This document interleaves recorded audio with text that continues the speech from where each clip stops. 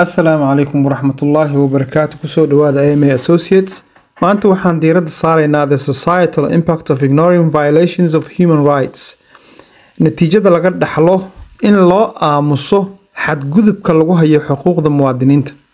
xadgudubka lagu hayo xuquuqul insaanka waxaa lagu macnayn karaa goorta ruux xaqiisa iyo xorriyadiisa dastuuriga ah iyo tan diiniga ah laga hor istaago. haddaba bulshada inteeda kale hadday ka dhidhin weydo xadgudubyadaas ay marqaatiga ka yihiin, natiijadu waxay noqonaysaa in la ixtiraami waayo nidaamka iyo tayada cadaaladda, weliba saameyn cawaaqib xumo leh ayay bulshadu dhaxlaysaa. warbixintan waxaan ku qaadaa dhigayaa foolxumada ay bulshadu si wadar ah uga dhaxasho ka gaabsashada iyo ismoogaysiinta ku xadgudubka xuquuqda iyo sharafta shakhsiga ama qaybo ka mid ah muwaadiniinta. xadgudubyadan waxay abuurayaan qodobada soo socda. qodobka koowaad, impact on trust and social cohesion, kalsooni darro iyo tafaraaruq bulsho.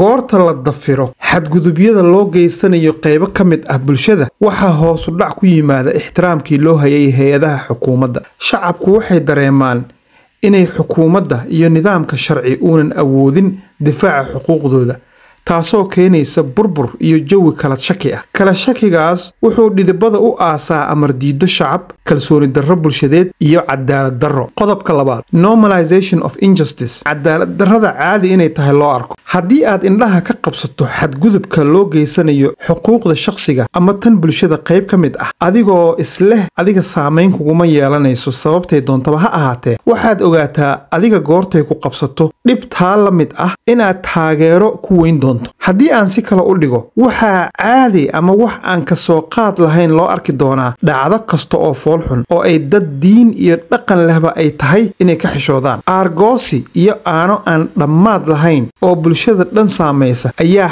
xeer ama tusaale lagu daydo laga dhigan doonaa. caada ka dhigashadan waxay qalbiyada bulshada gelinaysaa arxan la'aan, naxariis darro iyo in loo turi waayo maatida. waxaa si bareer ah loogu daawan doonaa shakhsiga silaca, ildarnaanta, gaajada iyo baaba mudnaa in laga damqado. tani waxay abuuraysaa dhaqan dhiirigelinaya difaaca shakhsiyaadka geysta falalka foosha xun sida dilalka, dhaca, kufsiga iyo biliqaysiga. bulshada qayb ka mid ah waxaa caadi la noqon doonta inay u doodaan qaswadayaasha, kana hor istaagaan in wax ciqaab ah aan loo marin falalkii ay geysteen. qodobka saddexaad, escalation of conflict, fiditaanka colaadda. qayb ka ahaanshaha xadgudubyada lagu hayo xuquuqda aadanaha ama ismoogaysiinta dhibka jira ninjeclaysi darteed waxay sababtaa colaadda oo sii fida. haddii ay bulshadu qabatinto gardaraysi iyo xadgudub joogto ah, maalinba heerkii la taagnaa meel ka sii xun ayaa loo ambaqaadayaa. waxayna soomaalidu ku mahmaahdaa colaaddu af la qabto ayay leedahay, laakiinse daba la qabtaa male. qodobka afaraad, injustice and inequality, cadaalad darro iyo sinaan la'aan. ku digashada lagu diganayo ama lagu farxiyo dulmiga lagu hayo qayb shacabka ka mid ah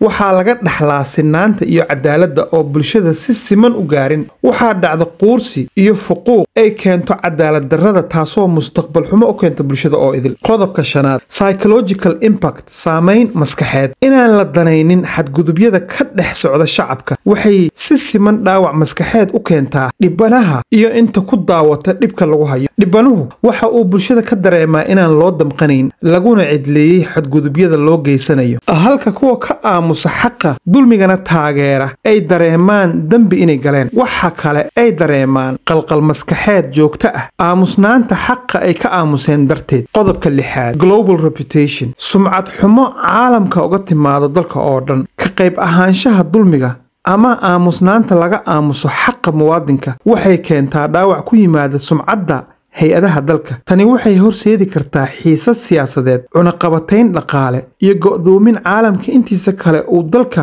iyo dadka ku noolba loo arko dad aan qiyam iyo sharaf la dugsada lahayn.